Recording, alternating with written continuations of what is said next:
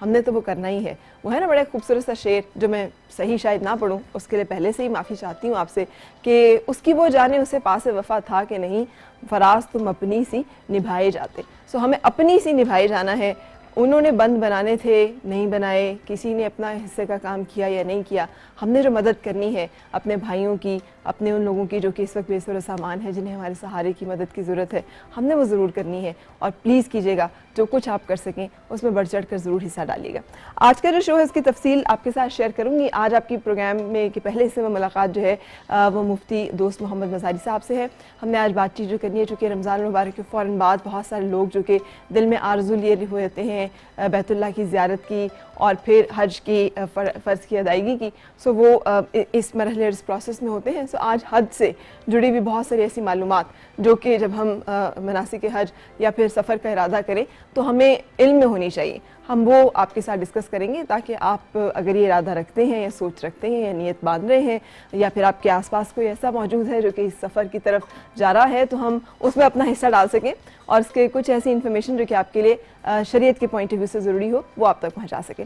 سو اس کے علاوہ آج آپ کی ملاقات ہم اپنے ایک ایسے مہمان سے بھی کرائیں گے جنہوں نے ہزاروں کلومیٹرز کا سفر جو ہے وہ طے کیا ہے, اور وہ بھی صرف سائیکل کے اوپر. 18 ممالک کا سفر طے کرتے ہوئے وہ پاکستان میں پہنچے ہیں.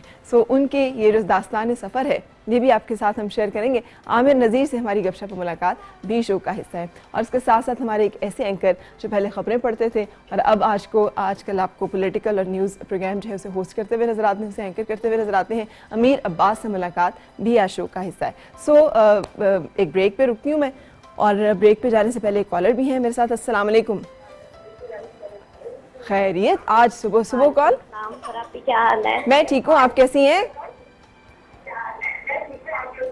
میں بالکل ٹھیک, آپ کیسی ہیں؟ اللہ کا شکر. آپ نے ٹیلی ویژن کی آواز کھولی ہوئی ہے, اس کو بہت اچھی لگتی ہے, ہم آپ کا پروگرام بہت شوق سے دیکھتے ہیں. آپ کا بہت شکریہ. آپ لوگوں کے لیے تو صبح صبح روزانہ اٹھ کے میں یہاں پر آ جاتی ہوں کہ چلو چل کے اپنے سارے دوستوں سے ملتے ہیں. کل مینگو ڈے تھا, میں نے آپ سے بات کرنی تھی, میری بات نہیں ہوئی. چلیں کوئی بات نہیں, آج بھی ہم کوئی ڈے بنا لیتے ہیں. کیا کہنا کیا چاہ رہی ہیں؟ آپ کا پروگرام بہت اچھا ہے میم, مجھے آپ بہت اچھی لگتی ہے. میں نے اتنی دفعہ کال کی, میری کال ہی نہیں سے ملتی. بہت خوشی ہوئی آپ سے بات کر کے. Thank you so much, God bless you. بہت شکریہ آپ نے کال کیا اور شو کا حصہ بنی. آپ سب کے تشریف لانے کا بھی بہت شکریہ. کہاں سے آئے ہیں سب لوگ؟ پنڈی سے. پنڈی سے. اور سب لوگ ایک ہی جگہ سے آئے ہیں, فرق جگہوں سے آئے ہیں؟ نہیں جی, سیالہ سے بھی آئے ہوئے ہیں. ان کو مائک دیجیے گا. سیالہ سے بھی آئے ہوئے ہیں, سیالہ سے بھی آئے ہوئے ہیں, پنڈی سے بھی آئے ہیں. زبردست. یہ اتنا چھوٹا سا وزیر آباد سے بھی آئے ہوئے ہیں. کہاں سے؟ ایک وزیر آباد سے بھی آئے ہوئے ہیں. اچھا, وزیر آباد سے بھی آئے ہیں, ڈفرینٹ جگہوں سے. اچھا, ویری گڈ. یہ اتنی چھوٹی سی مہمان میری کہاں سے آئی ہیں؟ یہ پنڈی سے آئی ہیں. کیا ایج ہے ان کی؟ 9 ماہ. یہ صرف 9 مہینے کی ہے ابھی؟ ہاں جی, 9 ماہ کی. ماشاء اللہ, کیا بات ہے, زبردست. اچھا, آپ لوگ لگاتے ہیں درخت وغیرہ؟ پہلے تو بچوں سے پوچھتے ہیں نا, لگاتے ہیں درخت؟ صحیح بتانا ہے, جھوٹ نہیں بولنا. ہم نے کچھ بھی نہیں لگاتے نا. چھوٹے پودے لگاتے ہیں, تو چھوٹے پودے ہی بڑے ہوتے ہیں. لیکن وہ کون سے, وہ جھاڑیوں والے پودے لگاتے ہیں, بڑے بڑے جو درخت نہیں بنتے وہ والے؟ ہاں, ہریالی والے جو ڈیکوریشن پلانٹس ہوتے ہیں. ٹھیک ہے, اس سے بڑھ کر کبھی کوئی درخت لگانے کا نہیں سوچا کہ آم کا درخت لگا لیا جائے, جامن کا درخت لگایا جائے؟ اس کے لیے جگہ بھی بڑی چاہیے نا. ہاں, اس کے لیے جگہ بھی بڑی چاہیے, بالکل صحیح. لیکن اتنے پارک ہوتے ہیں ہمارے آس پاس جس کے اوپر کوئی کسی کا بھی کام کرانے کے لیے کہیں تو اس میں کوئی کسی کی ذمہ داری نہیں ہوتی, تو ہمارے آگے تو لگا سکتے ہیں. ہاں بالکل, وہاں لگا سکتے ہیں, لگائیں گے بھی. لگائیں گے بھی انشاءاللہ. ہاں جی, چلے, ویری گڈ. کسی نے لگایا ہوا میری مہمانوں میں سے درخت؟ کسی نے لگایا ہو زندگی میں کبھی؟ آپ نے لگایا واقعی میں؟ سیریسلی؟ ان کو مائک دیں. کس چیز کا درخت لگایا تھا؟ آم کا. کس کا؟ آم. آم. تو اس پہ آم لگے پھر؟ جی لگے تھے. لگتے ہیں, ویری گڈ, زبردست. جی, میں یہ کہنا چاہتی ہوں, یہ پارکس میں درخت ہیں تو وہ سائیدار ہونا چاہیے. بالکل. somehow the other اسٹریٹ والے زیادہ ہی نور ہیں, جیسے کوئی بیچ پہ لگے ہوئے ہیں. آپ مائک میں بالکل بولے گا, بہت اچھی بات کی. جیسے بیچ پہ لگے ہوئے ہیں, تو جو انتظامیہ ہے اور انچارج آف دا پارکس, ان کے اس کے اوپر غور کرنا چاہیے. کسی خوبصورتی ضروری نہیں ہے, شیڈ, یعنی ہمارے یہاں زیادہ گرمی ہوتی ہے, بہت کم وہ ونٹر ہے کہ جب آپ دھوپ کو انجوائے کریں. اور کافی دیر 1-2 گھنٹے باہر رہ کے پھر آپ کو سایہ ضرور ہوتی ہے. ٹھیک. تو آئی ڈونٹ نو وائی سب سیدھے اپرائٹ. اس لیے کہ ہم بہت زیادہ مغرب پرست ہیں. ہماری آپ دیکھیں ہم نے اپنی تعمیر کے انداز ہی بدل دیے, اس لیے کہ ہمارا جو ایک آرکیٹیکچر ہوا کرتا تھا جس کی وجہ سے ہم گھروں کے اندر ہمیں ٹھنڈ لگتی تھی, گرمی اتنی نہیں لگتی تھی, ہمیں وہ بھی بدل دیا, بڑے بڑے شیشے اور سب کچھ. اینی وے بہت ضروری ہے کہ ہم واقعی ان چیزوں کی طرف آئیں. اور جیسے آپ نے کہا کہ سایہ دار درخت, یہ تو ویسے بھی صدقہ جاری ہے کہ اگر اس کے ایک شخص نے درخت لگایا اس کے سائے میں کوئی سستا ہے تو یہ صدقہ ہے اس کی طرف سے. اس کے پھل ہوں اور اس پھل میں سے ایون جانور کھائیں تو یہ بھی صدقہ ہے اس کی طرف. بے شک. جناح پارک میں ایک درخت ہے, جیسے ہی ہم انٹر کرتے ہیں کار پارک کا, وہ میرا آئیڈیل ہے اور بہت پرانا, میرا خیال 50 60 70 سال کا. ویسے اللہ کرے وہ لوگ لگائیں. اور ہمارے بچے کا ایک بہت بڑا سا گھنا سا درخت ہے اور وہ it is so attractive, it is so attractive very well. تو ایسے اگر اور اس کے گرد انہوں نے چھوٹے 1-2 بینچز لگا کے چھوٹی سی فینس لگا کے اسے اور بھی زیادہ خوبصورت کر دیا. ایگزیکٹلی. تو ایسے ہر پارک میں ہونے چاہیے, بالکل ہونے چاہیے. اور بڑی مشکل ہو جاتی ہے جب نہیں ہوتے.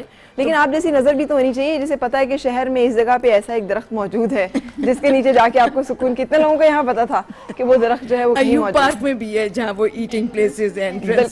چلیں جی ہم رکتے ہیں, بریک لیتے ہیں, اور بریک کے بعد پھر آپ سے ملاقات اور پروگرام کی تفصیل میں نے آپ کے ساتھ شیئر کی ہے. پہلے حصے میں ہماری ملاقات مفتی دوست محمد مزاری سے.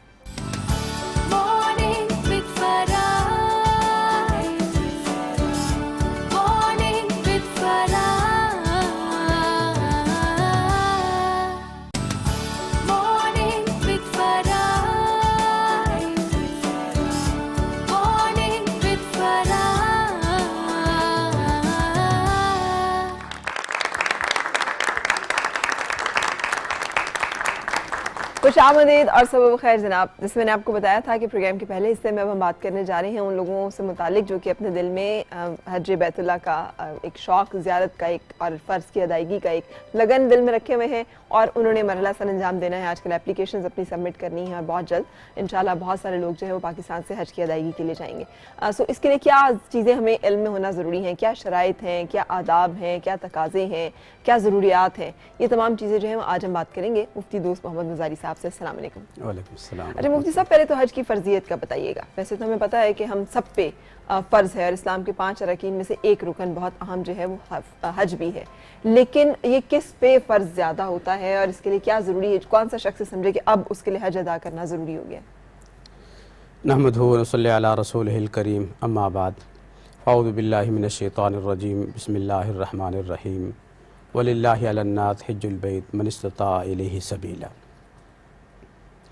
وقال النبی صلی اللہ علیہ وسلم من اراد الحج فلیعجل.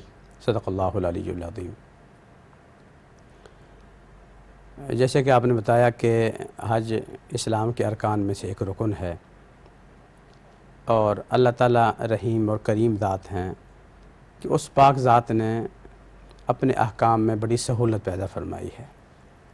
جیسے نماز بہت آسان عبادت ہے, تو اس کو اللہ تعالیٰ نے دن میں 5 مرتبہ فرض کر دیا کہ دن میں 5 مرتبہ پڑھیں, اللہ کی حضور جھکیں. اور روزے کا عمل تھوڑا سا اس سے سخت تھا, زکوٰۃ اس سے تھوڑی سی ذرا سخت ہے, تو وہ سال میں 1 دفعہ اس کے احکامات دیے. لیکن حج کا عمل اس سے بھی زیادہ سخت ہے, اس سے بھی زیادہ مشکل ہے, اس سے بھی زیادہ اس کے مراحل ہیں, خرچ اخراجات کے حوالے سے, سفر اطفار کے حوالے سے, صحت و تندرستی کے حوالے سے, اور بھی مسائل ہیں. اس وجہ سے اللہ پاک نے زندگی میں صرف 1 مرتبہ حج فرض قرار دیے.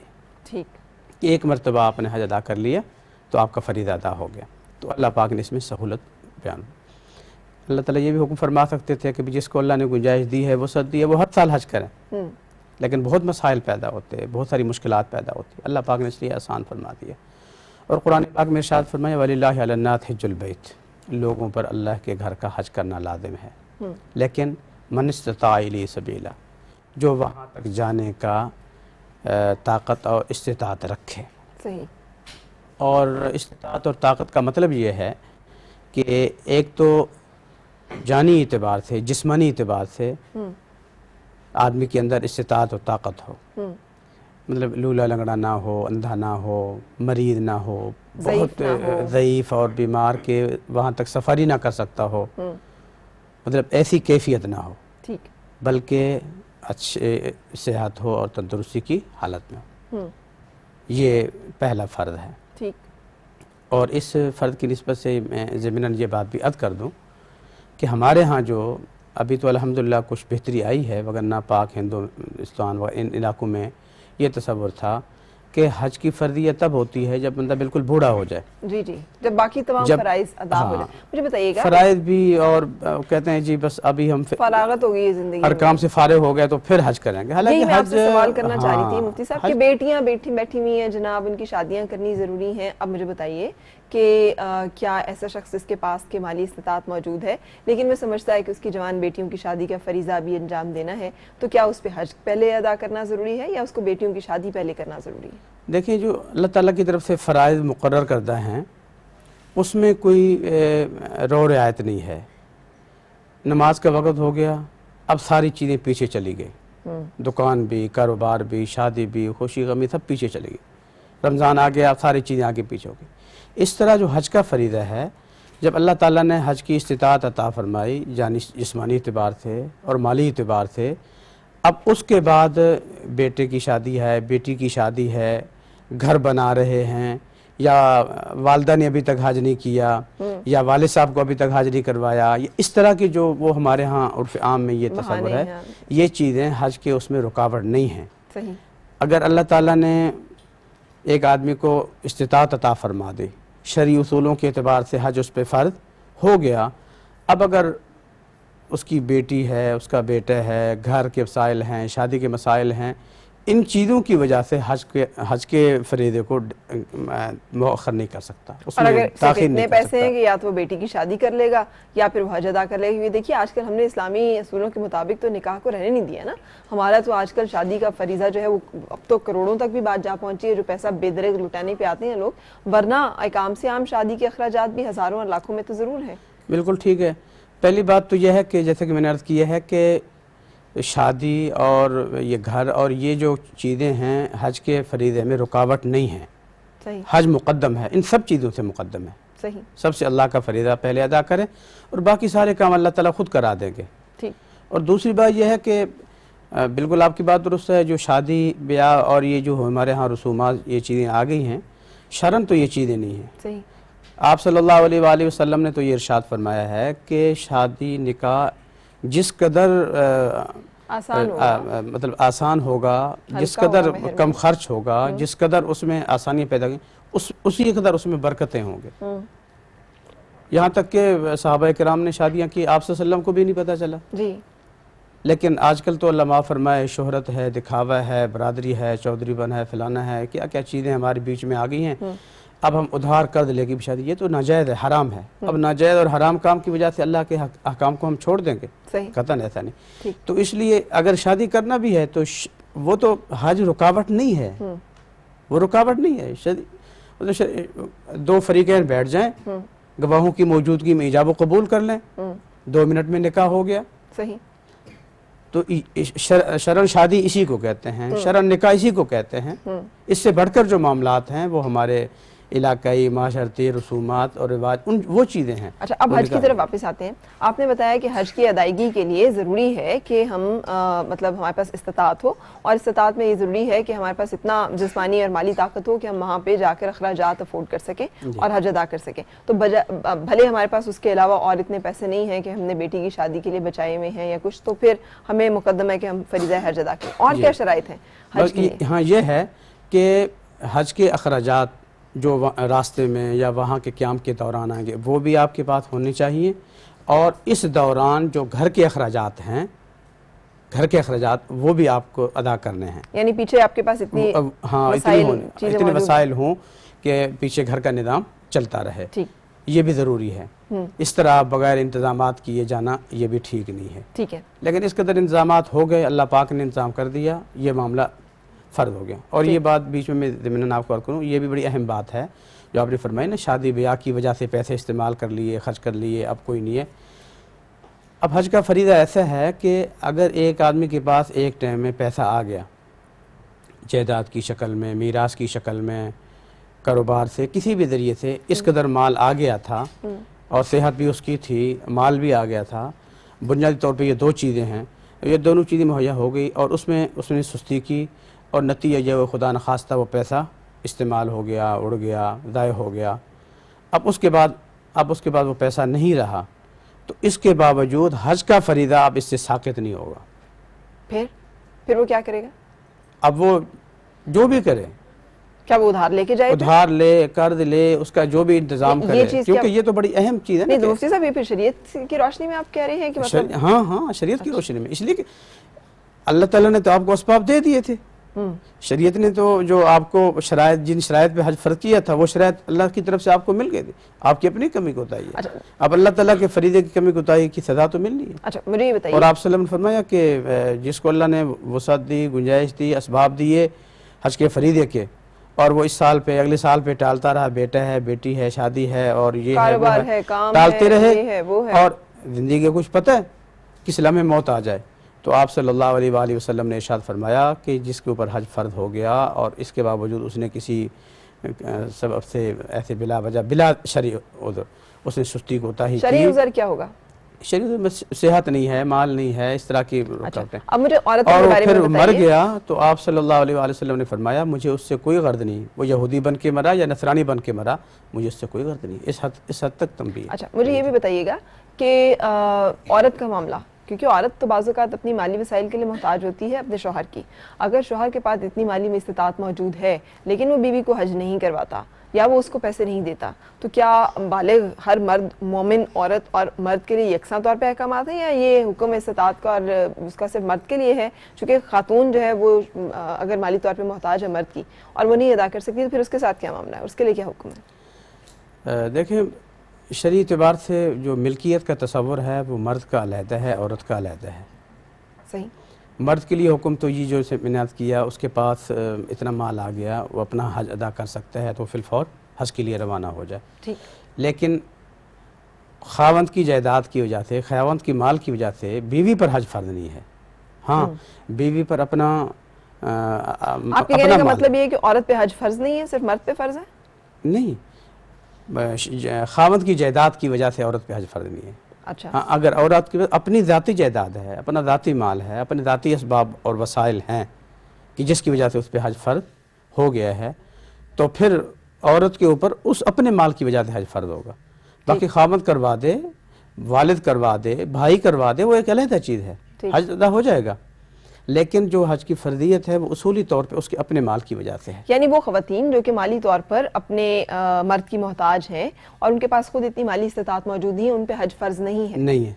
اچھا. اور دوسری بات یہ بھی ہے کہ اگر عورت کے پاس اتنا مال آ گیا ہے کہ اس اکیلے کے لیے اس کے جو اخراجات ہیں حج کے حوالے سے, اس حوالے سے اس کے اخراجات پورے ہیں, وہ اپنے خرچے ادا کر سکتی ہے, انتظام کر سکتی ہے, لیکن اس کے ساتھ محرم کا انتظام نہیں ہے, تو تب بھی اس پہ حج فرض نہیں ہے. ٹھیک. اس کے ساتھ محرم کا ہونا بھی ضروری ہے. صحیح. عورت محرم کے بغیر حج کا سفر نہیں کر سکتی. ویسے بھی سفر نہیں کر سکتے, حج کا سفر تو عبادت ہے. صحیح. سفر کی ممانعت ہے. تو عورت کے لیے محرم بھی شرط ہے. ٹھیک ہے. کہ اس کے بعد اتنا مال ہو کہ وہ اپنا خرچ بھی برداشت کرے اور اپنے محرم کا خرچ بھی برداشت کرے.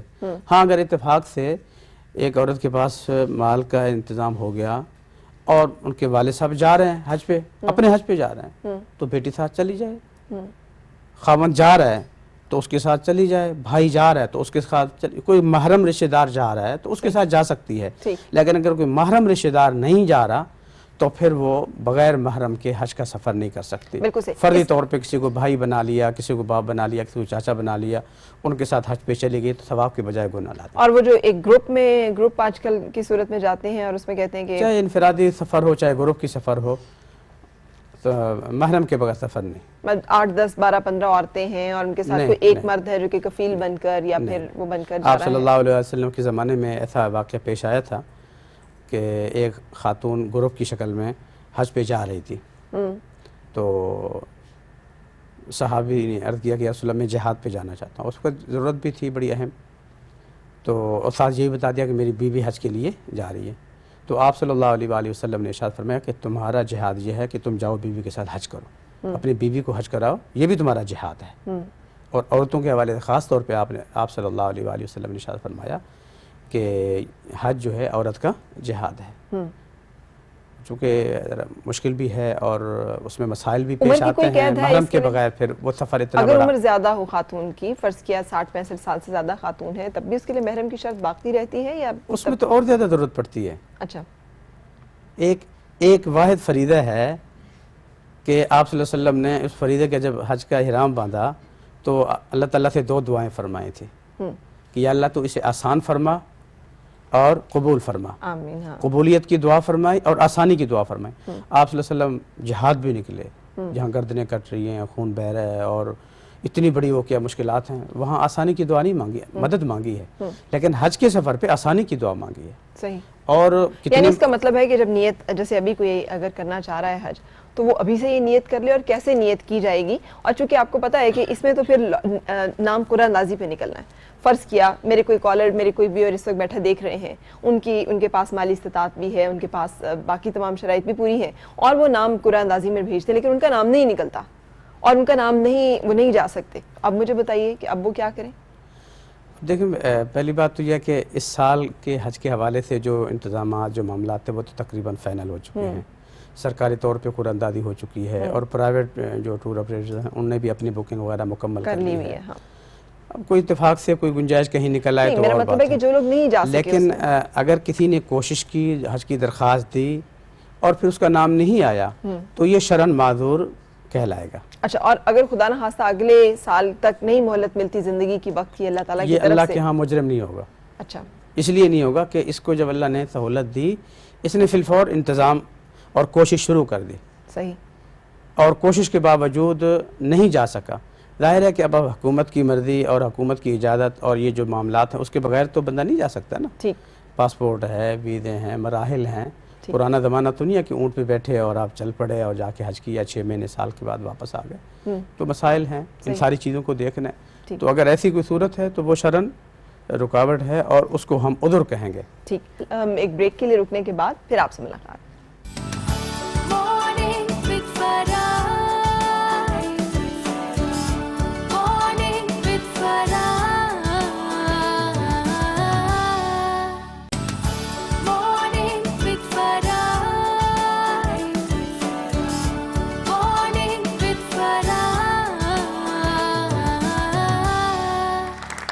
خوش آمدید جناب. مفتی دوست محمد مزاری صاحب میرے ساتھ ہیں. آج ہم حج، اس کی فرضیت اور احکامات سے متعلق کچھ چیزیں جاننے کی کوشش کر رہے ہیں. اچھا مفتی صاحب، اور کیا ایسے چیزیں ہیں جو شخص حج کے لیے یہاں سے جب نکلنے کا ارادہ کرے تو اس کے لیے ضروری ہیں، جن کا اہتمام کرنا اور جن کو ذہن میں رکھنا؟ اور کیا یہ ہم لوگ بہت زیادہ عربی نہیں جانتے اور بہت زیادہ دعاؤں سے ہماری واقفیت نہیں ہوتی، تو کیا ضروری ہے کہ ہر عربی میں دعائیں جو ہیں بہت زیادہ یاد کی جائیں؟ اگر اردو میں انہی الفاظ کو ادا کر دیا جائے تو کیا وہ بھی اس طرح سے ادا ہو جائیں گی، یا پھر ضروری ہے کہ ہم ہر ایک دعا جو کہ مناسب عربی الفاظ کے ساتھ ہی ادا کریں؟ بسم اللہ الرحمن الرحیم. جہاں تک پہلی بات ہے کہ اگر اللہ تعالیٰ نے توفیق عطا فرمائی، اسباب مہیا کر دیے اور روانگی کا انتظام ہو گیا اور جانے کی تاریخ آ گئی، اب ہمیں کیا ضروری معاملات ہیں جو ہمیں کر کے جانے چاہیے. ایک تو وہ چیز، اور دوسری دعاؤں والی بات. تو دعاؤں کے حوالے سے تو یہ کہ اس میں تو کوئی شک نہیں، اللہ پاک ہر زبان کو سنتے بھی ہیں، سمجھتے بھی ہیں، قبول بھی فرماتے ہیں. دل کی پکار سنتے ہیں. اصل چیز دل کی پکار ہے کہ آپ کتنی دل سے، دل کی گہرائیوں سے، خلوص سے، توجہ سے دعا کرتے ہیں، یہ اصل چیز ہے. ٹھیک ہے. باقی رہی عربی کی، اس میں کوئی شک نہیں کہ بحیثیت مسلمان عربی زبان ہماری ایک اہم زبان ہے، قرآن کی زبان ہے، جنت کی زبان ہے، آپ صلی اللہ علیہ وسلم کی زبان ہے. اس لیے ہمیں وہ سیکھنی چاہیے، سمجھ آنی چاہیے. خاص طور پہ اس سفر میں تھوڑی بہت اتنی چیزیں تو ہمیں سمجھ آنی چاہیے یا سیکھ لینی چاہیے جس سے ہمیں گفتگو کرتے ہوئے، بات چیت کرتے ہوئے تھوڑی بہت سہولت رہے. صحیح. جہاں تک دعاؤں کے حوالے سے ہے تو اس میں میں نے کچھ لوگوں کو دیکھا ہے نا کہ وہ اب بیت اللہ کے سامنے کھڑے ہیں، کتاب کھولی بھی ہے اور اس میں سے پڑھ رہے ہیں کہ اچھا یہ دعا، اور پھر وہ آگے صفحے پہ جا رہے ہیں، اچھا دوسرے چکر کی دعا، اچھا پھر جا رہے ہیں تیسرے چکر کی دعا. اب کیا یہ درست طریقہ ہے کہ ایسے کرنا ہے یا پھر کیا کریں؟ نہیں، اصل چیز یہ ہے کہ آپ دعائیں مانگیں توجہ سے. دعا پڑھنا اور چیز ہے، دعا مانگنا اور چیز ہے. طواف کے دوران یا اہم مقامات پہ دعائیں مانگنے کا حکم ہے. بالکل. کہ آپ یہ ایک چیز پڑھتے جا رہے ہیں، آپ کیا کہہ رہے ہیں کیا نہیں کہہ رہے ہیں آپ کو پتہ ہی نہیں، اس کا کوئی فائدہ نہیں. ٹھیک. اصل چیز ہے دعائیں مانگیں. باقی یہ چیز ہے کہ آپ صلی اللہ علیہ وآلہ وسلم کی دعائیں یا قرآن کریم میں جو اللہ تعالیٰ کی طرف سے ہمیں دعائیں دی گئی ہیں وہ ظاہر ہمیں اکثر دعائیں یاد نہیں ہیں. اگر ان دعاؤں کی کتابیں مثال کے طور پہ مولانا اشرف علی تھانوی رحمۃ اللہ علیہ کی بڑی مستند کتاب ہے مناجات مقبول، بہت جامع کتاب ہے، بہت اچھی کتاب ہے. ٹھیک. اگر اس کو اچھی طرح 2-4 دفعہ پڑھ لیں اور اس کا ترجمہ بھی آپ پڑھ لیں، سمجھ لیں، اور اس کے بعد ان قرآنی دعاؤں کو اور آپ صلی اللہ علیہ وسلم کی بتائی ہوئی دعاؤں کو اور پھر آپ صلی اللہ علیہ وسلم کی زبان میں مانگیں تو اس میں زیادہ چاشنی ہوتی ہے، اس میں زیادہ چاہت ہوتی ہے اور اس میں زیادہ جامعیت ہوتی ہے. ٹھیک. اس لیے کہ ہم تجربہ یہ ہے کہ اپنے طور پہ ہم جب دعائیں مانگتے ہیں کہ 2-3 چیزیں ہمارے ذہن میں آتی ہیں اور اس کے بعد وہ چیزیں ہمارے ذہن سے اتر جاتی ہیں، پھر وہی چیزیں ہمارے ذہن میں گھومتی رہتی ہیں. ٹھیک. لیکن وہ آپ صلی اللہ علیہ وسلم کی بتائی ہوئی دعائیں جو کسی بھی موقع پہ آپ نے بتائی ہیں، ٹھیک ہے، اس کا مطلب ہے تو کہ ان کو وہ یاد دعائیں کرنا ہے. اگر وہ کتاب سے پڑھتے ہیں تو اس میں جامعیت بہت ہے، ٹھیک. جامعیت بہت ہے. مثال کے طور پہ مثال میں دے رہا ہوں، طواف کے دوران ایک دعا لکھی ہے کہ بھئی آپ طواف ضروری نہیں ہے کہ یہ دعا آپ اس چکر میں پڑھیں، کہیں بھی پڑھ سکتے ہیں، لیکن اس جگہ بھی پڑھ سکتے ہیں. قبولیت کی دعا ہے. اب چھوٹی سی دعا ہے، اللہم انی اعوذ بک من الشک والشرک والشقاق والنفاق وسوء الاخلاق وسوء المنظر والمنقلب فی الاہل والمال والولد. اب یہ بظاہر 4-5 لفظوں کی دعا ہے، لیکن آپ صلی اللہ علیہ وآلہ وسلم نے اتنی جامع دعا ہمیں سکھائی ہے کہ اس چھوٹی سی دعا میں آپ نے اپنے لیے سب کچھ مانگ لیا. اے اللہ میں تجھ سے پناہ چاہتا ہوں، کس سے؟ من الشک کی، شک سے. شک کتنی بڑی، اس پہ ہمارا ایک پورا وہ سیشن ہوا تھا، سیشن ہوا شک تھا. کی بیماری ہاں اللہ حضور اس سے پناہ مانگ رہے ہیں. اللہم انی اعوذ بک من الشک کی والشرک کی، شرک سے، والنفاق منافقت، وسوء الاخلاق برے اخلاق، وسوء المنظر برے معاملات جو اچانک سامنے آ جاتے ہیں انسان کو خوف اور پریشانی میں مبتلا کر دیں، والمنقلب فی الاہل والمال والولد، اور ایسے برے حالات سے کہ خدا نخواستہ میں حج سے واپس آؤں تو پیچھے کچھ پریشانیاں ہوں، حالات میں، گھر میں، کاروبار میں کوئی پریشانیاں آ جائیں تو پھر وہ مسائل. ان ساری چیزوں سے آپ نے 2-4 لفظوں میں پناہ مانگ لی ہے. ٹھیک. اللہم انی اسألک رضاک والجنہ، چھوٹی سی دعا، یا اللہ تجھ سے تیری رضا اور جنت مانگتا ہوں. ٹھیک. واعوذ بک من غضبک والنار، تیری ناراضگی اور تیرے جہنم کی آگ سے پناہ جاتا ہوں. مقصد یہ ہے کہ اس میں کوئی شک نہیں کہ جو عربی کی دعائیں وہ بہت جامع دعائیں ہیں. اس میں اگر آپ سمجھ کے توجہ سے وہ دعائیں پڑھیں تو اس کا بدل نہیں ہے. ٹھیک. اور اس کے لیے سب سے بہترین کتاب میرے تجربے میں مناجات مقبول. اچھا، دوسرا کون سے تو انتظامات باقی ہیں اس میں جس کا جو جی انتظامات کا بھی ذکر کچھ کر جو رہے اس حوالے سے میں چند ضروری چیزیں جو حج کے حوالے سے میرا تجربہ ہے، جو چیزیں ہمیں کرنی چاہیے، جن کا اہتمام ہمیں ہونا چاہیے تاکہ حج کا فریضہ ہمیں آسانی سے ادا کرنے کا موقع ملے. اس میں سب سے پہلی چیز تو یہ ہے کہ انسان جب حج کے لیے روانہ ہو تو حضور صلی اللہ علیہ وسلم کی سنت کے مطابق آسانی کی دعا اور حج کی قبولیت کی دعا. یا اللہ میرے ہر قدم کو اپنی بارگاہ میں قبول فرما اور میرے لیے ہر قدم پہ آسانیاں پیدا فرما. ٹھیک. اور میرا تجربہ ہے جو آدمی یہ دعا مانگ کے جاتا ہے تو اللہ تعالیٰ اس کو ہر مشکل سے بچاتے ہیں اور اس کی اللہ ہر قدم پہ اس کی دعائیں قبول فرماتے ہیں. صحیح. اور ایک اہم چیز نیت کا اخلاص، کہ جو بھی آپ کر رہے ہیں نا صرف اللہ پہ. یہ نہیں کہ لوگ حاجی کہیں، لاکھوں روپے اڑا دیے، لوگ حاجی کہیں اور مطلب اس شہرت کے لیے اس مقصد نہیں، صرف اور صرف اللہ کی رضا. ہر قدم پہ، ہر لمحے میں آپ کے دل میں یہ ہو کہ میرا قدم اٹھے اللہ کی رضا کے لیے اور ہر عمل ہو اللہ کی رضا کے لیے، اور دنیا کیا کہے مجھے اس سے غرض نہیں، اللہ کی رضا مطلوب ہو. اور حج مبرور کی کوشش کریں. حج مبرور، حج مبرور آپ نے فرمایا کہ اللہ نے اگر آپ کو حج مبرور نصیب کر دیا، لیس لہ الجزاء الا الجنہ، اس کا بدل سوائے جنت کے اور کچھ نہیں. ٹھیک. صحابہ نے فرمایا حج مبرور کیا ہے یا رسول اللہ؟ تو آپ صلی اللہ علیہ وآلہ وسلم نے ارشاد فرمایا کہ حج مبرور یہ ہے کہ لوگوں کو آپ سلام کریں، لوگوں کی آپ خدمت کریں، آپ ضرورت مندوں کی ضرورتیں پوری کریں، یعنی آپ حج کے دوران لوگوں کے کام آئیں. ٹھیک. اللہ کے احکامات کو اللہ کے حکم اور نبی پاک صلی اللہ علیہ وسلم کے سنت کے مطابق ادا کرتے ہوئے لوگوں کے کام آئیں. کیونکہ جتنی لڑائیاں حج پہ لوگ کر رہے ہوتے ہیں اس کی وجہ یہ ہے نا کہ ہر آدمی یہ سوچتا ہے کہ میں نے حکومت کو لاکھوں روپے دیے، میں نے ٹور آپریٹر کو لاکھوں روپے دیے، گویا ہم نے حکومت کو ٹور آپریٹر خرید لیے. نہیں بھائی، انہوں نے جہاز کی ٹکٹ میں آگے پیچھے لگا دیے. یہاں یہی تربیت تو ضروری ہے کہ آپ وہاں خدمت کا جذبہ لے کے جائیں. کیوں؟ وہ اللہ کے رسول کے مہمان ہیں جو حجاج ہیں. صحیح. میرا کوئی مہمان ہے، اس کی کوئی خدمت کر لے تو میں بڑا خوش ہو جاؤں گا، یار تیرا شکریہ میرے مہمان کی. تو جب اللہ کے رسول کی مہمان کی ہم خدمت کریں گے تو آپ بتائیں اللہ تعالیٰ ہم سے کتنے خوش ہوں گے اور پھر کتنا عمل میں آسانی ہوگی. درست. اور اسی طرح اہم ترین چیز ہے حج کی تربیت حاصل کرنا. ایسی جگہیں جہاں اچھی ترتیب سے حج کی تربیت کرائی جائے عملی طور پہ, اور اس میں اہم جو دینی کتابیں ہیں, اہم کتابیں ہیں, فضائل حج مثال کے طور پہ اس میں ہے, فضائل کے اعتبار سے. ایک تو یہ تو بات ہے نا مفتی صاحب, میں گئی وہاں پر تو اب آپ کو پتہ ہے واش رومز میں جانے کے لیے بھی انہوں نے یہ جو ایسکلیٹرز ہوتے ہیں جس میں یہ سیڑھیاں نہیں ہیں, آپ یعنی دوسری طرح سے ہی جا سکتے ہیں اس پہ. اب ایک خاتون پاکستانی, انہیں اس پہ چڑھنا نہیں آ رہا تھا. اچھا وہ کسی طرح سے دھکم پیل میں چڑھ تو گئیں, لیکن ان کی چادر پیچھے, اور وہ خاتون مطلب اس کے گلے میں پھنس گئی چادر. میں نے خود یہ سارا سین دیکھا, جیسے بھاگ کر انہیں بچایا. وہاں عرب خواتین بھی تھیں ظاہر ہے, تو مجھے یہ لگ رہا تھا کہ یار یہاں پہ تو آنے کے لیے یہ بھی بہت تربیت ضروری ہے کہ آپ سیڑھیوں پہ کیسے چڑھیں گے, ایسکلیٹرز پہ کیسے چڑھیں گے, کیسے اتریں گے, کیسے آپ یہاں پر یہ سارا کچھ موو کریں گے, واش روم کیسے یوز کریں گے, کس طرح سے آپ وہاں پہ اتنے رش میں اپنے آپ کو مینیج کریں گے. یہ تمام چیزیں بھی تو ہمیں بہت زیادہ ضروری ہیں. اس میں دیکھیں یہ انتظامی امور ہیں, یہ جو چیزیں آپ بتا رہی ہیں یہ انتظامی امور میں آتی ہیں. اس میں جو سرکاری حجاج ہیں تو سرکار پر لازم ہے کہ حجاج کرام کو بھیجنے سے پہلے مدینۃ الحجاج جو حاجی کیمپس بنے ہوئے ہیں وہاں پہ حاجیوں کو بلا کے انتظامی والے تھے. یہاں بس کا سفر ہے, جہاز کا سفر ہے, اور وہاں قیام کے معاملات ہیں, اور وہاں منا و خیموں کے معاملات ہیں, اور وہاں ظاہر ہے کہ جدید دنیا ہے, دنیا بدل گئی ہے. وہاں ہمارے پاکستان والی سوچ, بس پاکستان والی بلڈنگیں, سیڑھیاں, لفٹیں, وہ چیزیں تو نہیں ہے. وہاں سارا نظام جدت والا ہے. تو یہ چیزیں ضرور بتانی چاہیے, ضرور بتانی چاہیے, رہنمائی کرنی چاہیے. اور خاص طور پہ جب کوئی بزرگ جا رہے ہوں تو ان کے ساتھ کوئی بیٹا, بھائی, نوجوان کوئی ضرور جانا چاہیے تاکہ وہ ان کی مدد کر سکیں. خاص طور پہ جب بوڑھے مرد, بوڑھی عورتیں جب جاتی ہیں وہ بیچارے اپنے آپ کو سنبھال نہیں سکتے, اور اس رش میں تو بیچارے اچھا خاصا نوجوان صحت مند آدمی بھی وہ بدل ہو جاتا ہے.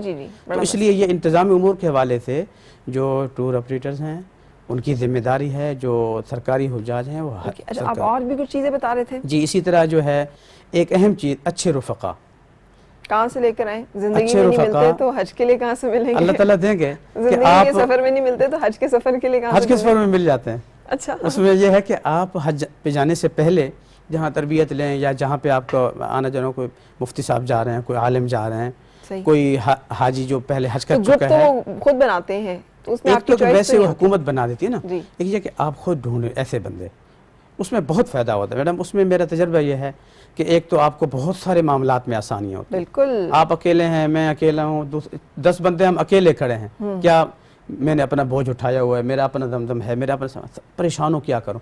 اگر ہم یہی 10 لوگ اکٹھے ہو جائیں, گروپ بنا لیں, اور سنت کے مطابق ایک کو امیر بنا لیں, تو کتنی آسانی ہو جائے گی. وہ کہیں گے 2 بندے سامان کا خیال کریں, 2 بندے جائیں کھانا لے آئیں, 2 بندے جاؤ بھی تم ٹکٹوں کا انتظام کر لو. سارے کام بھی ہو گئے, اور کوئی بوجھ اٹھا کے ادھر بھاگ رہا ہے, کوئی ادھر بھاگ رہا ہے, کوئی سامان گم ہو گیا, ایسی چیزیں بھی. اس لیے سنت ہے کہ ایک تو اچھے رفقا تلاش کریں اور امیر سفر بنائیں. تو اس میں, اور پھر عبادات میں اس میں بڑی سہولت ہوتی ہے. یہ ہے کہ اچھے رفقا نہ ہو نا تو پھر کیا ہوتا ہے, ایک آپ کہیں کہ یار آئیں آج ہوٹل میں جا کے کوئی کھانا کھاتے ہیں, دوسرا کہ آئیں شاپنگ کرنے چلتے ہیں, تیسرا یار کہیں مارکیٹ میں گھوم پھر آتے ہیں. لیکن جو اچھے رفقا ہوں گے وہ آپ کو کھینچیں گے, آئیں جی تلاوت کریں, آئیں طواف کر لیں, آئیں عمرہ کر لیں. تو الحمدللہ یہ تجربہ ہے کہ اچھے رفقا مل جائے نا تو نیکی کا, خیر کا, بھلائی کا, ان چیزوں کا بڑا جذبہ. اس لیے اس کا اہتمام ضروری ہے. اور حقوق اللہ, حقوق العباد کے حوالے سے اہم چیز یہ ہے کہ انسان ہیں, معاملات ہیں, لین دین, رشتہ دار, عزیز و اقارب, وہ معاملات بھی کلیئر کر کے جائیں, کلیئر کر کے جائیں, یہ بھی ضروری ہے. صحیح. اور روانگی کے حوالے سے یہ ہے کہ روانگی سادگی کے ساتھ کریں. پورا محلہ اکٹھا ہو رہا ہے, پوری برادری اکٹھی ہو رہی ہے, گاڑیوں کی لائن ہے, دنیا کو پتہ چلے کہ حاجی صاحب واقعی حج پہ جا رہے ہیں, تسلی ہے, ایسا نہ ہو. پھر تو دنیا کے لیے ہو گیا نا, دنیا داری ہوگی. سادگی کے ساتھ. اور پھر وصیت نامہ بھی چھوٹا سا لکھ جائیں, کوئی لین دین معاملہ چھوٹے موٹے جو انسان کے ہوتے ہیں نا, وہ لکھ کے دے جائیں کہ کیا چیز وصیت ہے اسلام میں. ہم تو یہ سنتے ہیں کہ جی وصیت کا تو کوئی ایگزسٹنس ہی نہیں ہے, میں اگر یہ چاہوں کہ میری جائیداد یا میری چھوڑا ہوا ترکہ جو ہے اس کو اس طرح سے تقسیم کیا جائے, تو تقسیم کے حوالے سے نہیں کہ کسی سے لینا ہے, کسی سے دینا ہے, کاروباری معاملات ہیں, کچھ اس طرح کی چیزیں ہیں, وہ ضروری وہ لکھ کے گھر والوں کو دے دی جائیں, ٹھیک, تاکہ وہ خدا نخواستہ موت حیات کا پتہ نہیں تو بعد میں ان کو پریشانی نہ ہو. صحیح. اسی طرح جو ہے اپنے عزیز و اقارب سے معافی تلافی بھی کر کے جائیں, اللہ کے لیے معافی مانگیں. اگر دوسرے کی غلطی ہے نا, پھر بھی آپ اللہ کے گھر جا رہے ہیں، آپ اللہ کی رضا کے لیے ان سے جائیں اور معاملات کلیئر کر لیں. اچھا مفتی صاحب ایک بات بتائیے گا، اگر آپ کسی سے معافی مانگتے ہیں جی اور وہ آگے سے کہتے نہیں میں آپ کو معاف نہیں کرتا، میں معاف نہیں کروں گا، آپ نے اپنی پوری کوشش کر لی اللہ کی رضا کے لیے اسباب کے درجے میں، اس کے بعد وہ معاف نہیں کرے گا تو انشاءاللہ آپ اللہ کے ہاں بری ہو جائیں گے. آپ نے اپنی کوشش کر لی، دل سے کوشش کی، اسباب کے درجے میں جو آپ کے بس میں تھا آپ نے وہ کر لی، انشاءاللہ اللہ کے ہاں آپ بری ہو جائیں گے. ٹھیک ہے، بھلے آپ میں نے آپ کے ساتھ بہت سارا ظلم کیا، اس کے بعد میں آپ سے کہوں اب آپ مجھے معاف کر دیں اور آپ اس کو معاف کرنے کے لیے تیار نہیں ہیں تو پھر بھی میں بری ہو جاؤں گا اللہ کے ہاں. دیکھیں یہ دنیا ہے، اس میں اتار چڑھاؤ یہ ساری چیزیں ہوتی ہیں. قتل کر دیتے ہیں مفتی صاحب کسی کو کوئی لوگ، نہیں دیکھیں بہت سے اگر ایسے خدا نخواستہ نقصان کوئی کر دیتے ہیں. قتل بھی کر دیتے ہیں نا تو اللہ تعالیٰ نے اس کے لیے بھی گنجائش رکھی ہے نا ہاں جی، کہ قصاص دیت اور ہے، قصاص دیت ہے، ہے، یا وہ ورثہ خود معاف کر دیں، یہ ساری چیزیں تو ہیں. مقصد یہ ہے کہ آپ اس کی کوشش ورثہ کریں معاف جو کر اس دیں کے دنیا طریقے میں، ہیں. لیکن جو آخرت میں فیصلہ ہوگا قتل کا وہ تو ہوگا نا. دیکھیں آخرت میں یہ ہے کہ اگر دنیا میں آپ نے سب کو شرعی اصولوں کے مطابق راضی کر لیا اور اس گناہ پہ جو سرزد ہوا ہے اس اور پر جو بے گناہ قتل ہوا ہے اس کے پر روز جزا اس کا سوال نہیں ہوگا. نہیں، اگر وہ صدق کے دل سے توبہ کر لیتا ہے، اللہ سے معافی مانگ لیتا ہے، اس کے عزیز و اقارب کو وہ اس کے جو شرعی حقوق ہیں وہ ادا کر دیتا ہے، اللہ سے معافی مانگ لیتا ہے، وہ اللہ تعالیٰ اسے معاف فرما دیں گے، صحیح، معاف کر دیں. باقی یہ ہے کہ اس کے وہ ظلم قتل ہوا ہے تو اللہ تعالیٰ اس کے بدلے میں اس کو جنت دے دیں گے، اس کو راضی کر لیں گے، اس کو اللہ تعالیٰ اپنی طرف سے ایسا بدل دیں گے کہ اس کو یہ تکلیف بھول جائے گی. لیکن یہ ہم سب اپنے گمان پہ کہہ رہے ہیں کہ یہ اس طرح سے ہوگا کچھ، اس لیے کہ عدل ایکچولی کیسے ہوگا وہ تو ہمیں نہیں پتا ہے کہ اللہ تعالیٰ یہ حدیث میں ہے کہ بعض لوگوں کے معاملے میں کہ قیامت کے دن اللہ تعالیٰ یعنی بدلہ اس طرح دیں گے کہ بھئی ایک کی نیکیاں دوسرے کو دے دیں گے. نہیں کہ بھئی اس کو تم نے معاف کر دیا تھا تو ٹھیک ہے، یہ اس کو معافی ہو گئی، اور تمہاری اتنے غلطیاں ہیں لیکن تم نے اس کو معاف کیا، میں نے اس کے بدلے میں تمہیں معاف کر دیا. صحیح، اس طرح کی چیزیں ملتی ہیں حدیث میں. صحیح. تو اچھا اس معافی لیے مانگ مطلب کے دنیا اور کے کیا شرعی حج کے اصولوں کے لباس اعتبار یہ تو جو سفر پہ روانگی سے پہلے کی جو ضروری چیزیں تھی وہ میں نے مطلب عرض کی ہیں. باقی روانگی کے وقت وہ یہ ہے کہ آپ غسل کرنا سنت ہے، صفائی کرنا مطلب ناخن ہیں، بال ہیں، غیر ضروری. ناخن کتنے عرصے پہلے؟ کیونکہ حج کے دوران تو ناخن جب ایک دفعہ آپ نے باندھ لیا. نہیں وہ تو احرام کی حالت کی پابندی ہے نا. وہ صرف احرام کی حالت تو بہت تھوڑی سی، وہ میں انشاءاللہ عرض کروں گا احرام کی پابندیوں کے حوالے سے. لیکن احرام باندھنے سے پہلے مطلب یہ ناخن، بال وغیرہ ان چیزوں کی صفائی ضروری ہے. ٹھیک. کہ احرام کی حالت میں آپ کو تکلیف نہ ہو. عمرے میں احرام کی حالت کیا ہے؟ یہ 8-10 گھنٹے ٹوٹل بنیں گے. جی. یہ 2-4 گھنٹے کا سفر، 2-4 گھنٹے کا آگے سفر. عمرہ 8-10 گھنٹے میں 12 گھنٹے میں فارغ، احرام کھل گیا، پھر پابندیاں بھی ختم ہو گئی. صحیح.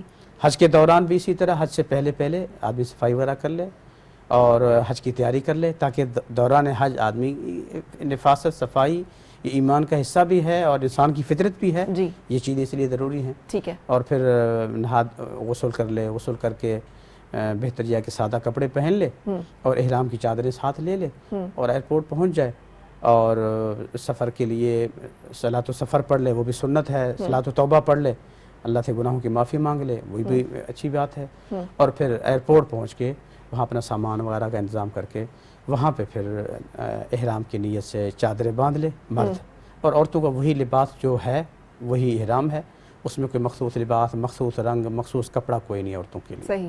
عورتوں کے لیے کوئی پابندی نہیں، مردوں کے لیے پابندی ہے کہ وہ سلا ہوا لباس نہیں پہن سکتے. نہ ٹوپی، نہ شلوار، نہ قمیض، نہ بنیان، نہ انڈرویئر، نہ جراب، نہ روٹین کا جوتا.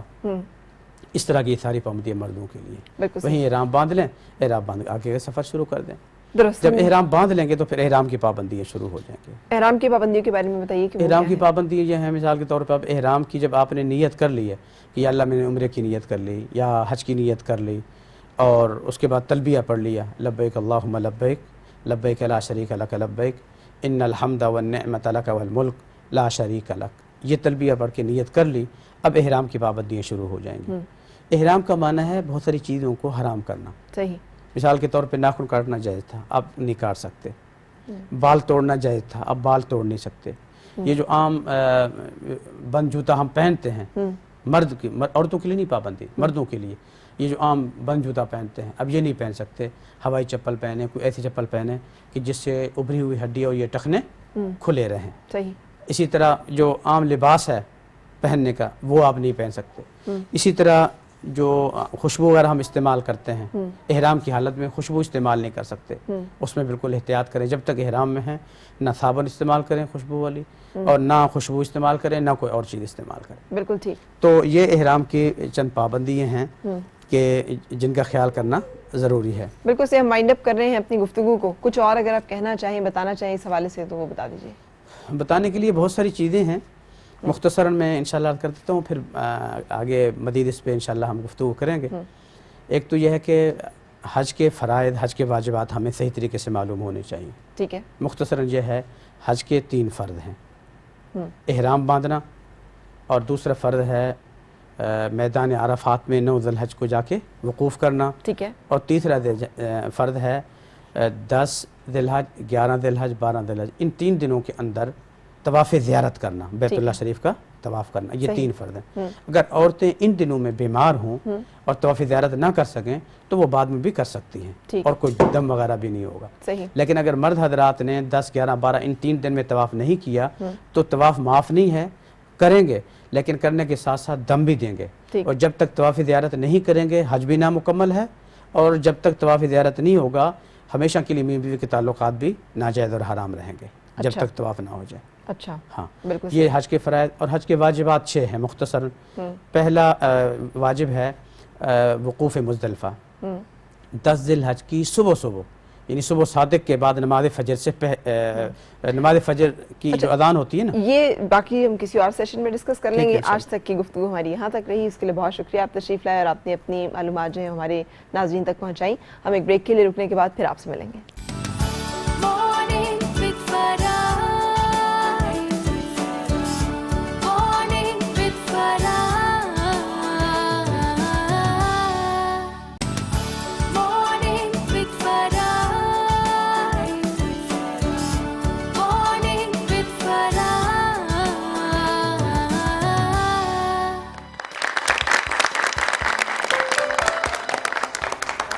خوش آمدید اور صبح بخیر جناب. اب آپ کی ملاقات اپنے ایک ایسے مہمان سے کراؤں گی جنہیں ہم نے خبریں پڑھتے ہوئے اور پھر اس کے بعد اب خبروں کے تجزیے، تبصرے اور بہت سارے ایسی باتیں کو ڈسکس کرتے ہوئے دیکھا ہے. میرے ساتھ ہیں امیر عباس. السلام علیکم.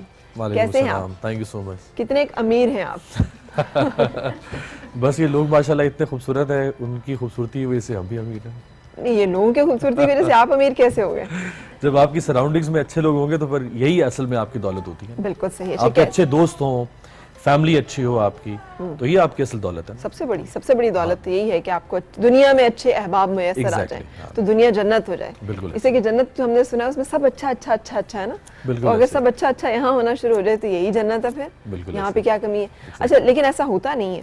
ہوتا ایسا نہیں ہے. اس کی وجہ یہ کہ ہم نے خود اللہ تعالیٰ نے تو سارے اسباب پیدا کر دیے نا. خوبصورت زمین بنا دی جنت کی طرح، جیسے ہم کہتے ہیں کہ جنت نظیر وادی کشمیر. بالکل. اسباب پیدا کر دیا. گھر جنت ہے. بالکل گھر جنت اگر اسے جنت بنا کے رکھا جائے تو. انسان سب سے خوبصورت مخلوق اللہ تعالیٰ کی. بالکل. اور انسان کا دوسرے انسان کے ساتھ ایک خوبصورت تعلق. اب اس کے اندر جو ہم نے منافقتیں، جو آلائشیں، جو منافقت، جو غلاظتیں پیدا کر دی ہیں، چاہے وہ رشتے ہوں، چاہے وہ سماج ہو، تو اس کی وجہ سے پھر دنیا جو ہے وہ جہنم یا نرک جسے کہتے ہیں. بالکل. اچھا تو کس طرح سے آنا ہوا آپ کا اس طرف، ٹیلی ویژن کی دنیا کی طرف؟ فرا میں ایکچولی اس سے پہلے بینکنگ سیکٹر میں تھا. اچھا. اور ایک ملٹی نیشنل بینک میں نے 5 سال سرو کیا. ہاں. پھر کس نے مشورہ دیا کہ بھائی ادھر آج کے لیے بزنس ٹھیک ہے، زیادہ اچھا جا رہا ہے، پیسے زیادہ مل رہے ہیں؟ مشورہ تو نہیں کسی نے دیا ہے.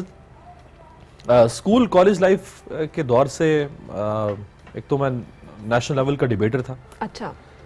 اور کچھ پڑھنے لکھنے کا بھی شوق تھا. تو وہ جسے کہتے ہیں اسکوئر پیگ انٹو راؤنڈ ہول اور راؤنڈ پیگ انٹو اسکوئر ہول، تو وہ تھوڑا مس فٹ والی صورتحال تھی بینکنگ سیکٹر میں. اگر آپ کام کر رہے ہیں اور سوچنے والا آدمی، کیتھارسس کرنے والا آدمی، تو اب کیا اس میں کریڈٹ ڈیبٹ میں کیا کیتھارسس نکال سکتے ہیں؟ بڑی بات ہے کہ آپ ان دونوں چیزوں کو ساتھ لے کے چل سکے. یعنی آپ نے بینکنگ کی پوری ایجوکیشن، اس کا مطلب ذہن میں تو سوچ یہی تھی کہ یہی کرنا ہے اور کریئر اسی کو پلان کرنا ہے. تو وہ پھر انہی دنوں میں آلموسٹ 2006 آنورڈ، چونکہ بہت زیادہ پرائیویٹ چینلز آنا شروع ہو گئے، 2007 اور 8 میں پھر اچانک 4-5 چینلز اچانک ہی آ گئے. صحیح.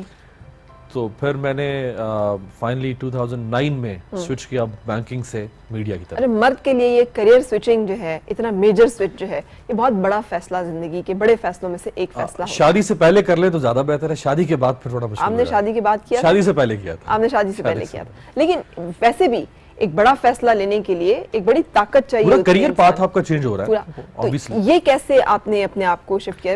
100 چانسز ہو سکتے ہیں آپ اس میں کامیاب نہ ہوں, آپ کی لگی مندی ملازمت بھی جائے, آپ آگے بالکل 2-4 سال اپنی زندگی کے ایک ایسی جگہ پہ انویسٹ کر دیں جہاں سے کہ آپ ناکام و نامراد ہوں, آپ کو فائدہ بھی نہ ہو, وقت بھی ضائع ہو. تو یہ ایک بڑے فیصلے ہیں. ایک تو آپ کو اپنی ایبلٹیز پہ کانفیڈنس ہونا چاہیے. سب سے پہلے لوگوں کو خود احساس ہونا چاہیے کہ ہمارے اندر کیا صلاحیتیں موجود ہیں. اچھا. پھر ان پہ کانفیڈنس ہونا چاہیے, اور اس کے ساتھ پھر آپ کی سٹرگل ہے. ہمارے یونیورسٹی کے پروفیسر مجھے کہا کرتے تھے کہ, بلکہ وہ پوچھا کرتے تھے ہم سے کہ زندگی میں انسان کیسے کامیاب ہو سکتا. تو کوئی کہتا تھا کہ جی سفارش سے, کوئی کہتا تھا جی رشوت دے کے, کوئی کہتا تھا کسی طریقے سے. تو ان کا بڑا خوبصورت انداز تھا. کوئی کہتا تھا کہ لک کے ذریعے سے انسان, قسمت, مقدر اس سے کامیاب ہو سکتا. تو وہ کہا کرتے تھے کہ مقدر یا قسمت جو ہے وہ صرف 1% کامیابی کے امکانات روشن کرتی ہے. 99% ان کا ایک انداز ہوا کرتا تھا, وہ یوں کیا کرتے تھے, یعنی پسینہ بہائیں اپنا, محنت کریں. تو after all struggle, hard work, پھر شائن کریں اپنی ایبلٹیز کو جو آپ کے اندر ہیں, سب کچھ مل ملا کے پھر اللہ تعالیٰ گاڑی چلا دیتا ہے. پیکج. اچھا, تو کتنی مشکلات ہیں آپ کو اس کریئر سوئچنگ میں, اور آپ سجیسٹ کریں گے اور بہت سے ایسے لوگوں کو جو اس وقت آپ کو دیکھ رہے ہیں اور وہ بھی سوچتے ہیں یار ہم بھی اس جگہ پہ بیٹھے ہوں, نام بھی, شہرت بھی, پیسہ بھی, اور پھر دن رات میں اچانک مقدر بدل جائے, تقدیر سنور جائے ٹائپ کی جو ساری چیزیں ہیں, تو وہ بھی کیا سوئچ کر لیں؟ شاید اب اتنی اپرچونٹیز نہیں ہیں. اچھا. اس کی ریزن یہ کہ سیچوریشن ہو گئی. اگر اینکرنگ کی میں بات کروں تو ہر چینل کے اوپر جو نیوز اینکرز ہیں وہ 10 سے 12 میکسیمم ہوتے ہیں. پروگرام یا کرنٹ افیئرس کے جو ہوسٹ ہوتے ہیں وہ 5 سے 7 ہوتے ہیں میکسیمم. اب سیچوریشن ہے. جب کوئی نیا چینل آتا ہے تو آفٹر آل اس میں بہت ساری جابس کریٹ ہوتی ہیں. جیسے بول ایک آیا اور آنے سے پہلے ہی چلا گیا, نشانہ بن گیا. تو اس لیے سجیسٹ تو میں کروں گا, آبویسلی یہ تو نہیں کہہ سکتا کہ لوگ نہ آئیں. اگر لوگ نہیں آئیں گے تو پھر ہم لوگ سٹیگننٹ ہو جائیں گے, ٹھہر جائیں گے بالکل. تو نیا بلڈ آتا رہے تو اچھی بات ہے, لیکن اب اتنی اپرچونٹیز نہیں ہیں. اچھا, آپ کی لکس اچھی ہیں ماشاءاللہ, میں صحیح کہہ رہی ہوں نا؟ نہیں ایسے ایسے کر کے نہیں, یہ کون سا کہ مفتی صاحب پوچھ رہے ہیں کہ قبول ہے کہ نہیں, تالیاں بجا کے بتانا ہے. یہ تو ویسے تکلف کر رہے ہیں, ورنہ ایسی کوئی بات نہیں. میں پوچھ رہی ہوں کہ میں واحد ہوں یا آپ میرے ساتھ ہیں اس میں؟ ٹھیک ہے. اچھا, تو آپ نے کیوں نہیں سوچا کہ میں ہیرو بھی بن سکتا ہوں, کوئی لو سین بھی بول سکتا ہوں؟ اب مجھے ایک انڈین مووی, تامل مووی کی ایک آفر ہوئی تھی. ریئلی؟ اس کے ایک پروڈیوسر تھے, ان کا آج بھی میرے پاس میسج موجود ہے میرے پاس. انہوں نے آپ کو خبریں پڑھتے دیکھ کے؟ آئی ڈونٹ نو, لیکن میں اسی میں تھا. اچھا. نیوز میڈیا میں تھا. صحیح. میں ایکسپریس نیوز پہ تھا اس وقت. ٹھیک. اور انہوں نے مجھے کیا, اس سے پہلے جب میں نے نیوز میں آنا چاہا, اس سے پہلے مجھے پی ٹی وی پہ ڈراماز, ایک کمرشل میں نے کیا تھا ایک دور میں. اچھا. تو اس کے بعد پھر جب کمرشل کیا تو بہت سارے کمرشلز کی آفر ہونا شروع ہو گئی, مختلف گھی بنانے والے اور سرف بنانے والے. لیکن چونکہ میں تھوڑا اپنا ایک میرا تھا کرنٹ افیئرس, نیوز, پالیٹکس, تو میں اس کو کرنا نہیں چاہ رہا تھا مکس اپ چیزوں کو, اس لیے پھر وہ نہیں کیا. ہاں. اس کا مطلب آپشنز آئی ضرور, سوچا تو ہوگا ایک لمحے کے لیے؟ نہیں, سوچا بھی نہیں. سوچا بھی. کیوں آخر آپ کو نیوز, کرنٹ افیئرس, پالیٹکس میں کیا ہے؟ دیکھیں, لوگ آپ کی پرسیپشن بناتے ہیں, آپ کا ایک اپنا اورا ہوتا ہے پرسنالٹی کا. اگر آپ مختلف کمرشلز میں آئیں, ڈراموں میں آئیں, فلموں میں آئیں, تو پھر آپ کو شاید لوگ ایکسیپٹ نہیں کریں گے, کیونکہ ہمارے ہاں نیوز اور کرنٹ افیئرس کی پرسنالٹیز کو اس طرح ویسے نہیں ہے ویسٹ میں, لیکن پاکستان میں بہت زیادہ آپ کو ویٹیج دیا جاتا ہے سوسائٹی کے اندر. لوگ ہمیں پتہ نہیں بھگوان یا اوتار سمجھنا شروع کر دیتے ہیں, نہیں ہونا چاہیے ایسا اس طرح سے. تو پھر آپ کے اوپر بہت زیادہ رسپانسبلٹیز ہوتی ہیں مورلی, لوگوں کی توقعات پہ آپ کو اپنے پورے سانچے کو ڈھالنا ہوتا ہے. تو اگر آپ اس میں چلے جائیں تو پھر وہ ایٹ ٹائمز آپ کو وہ چیزیں دوبارہ سے جو ہے نا وہ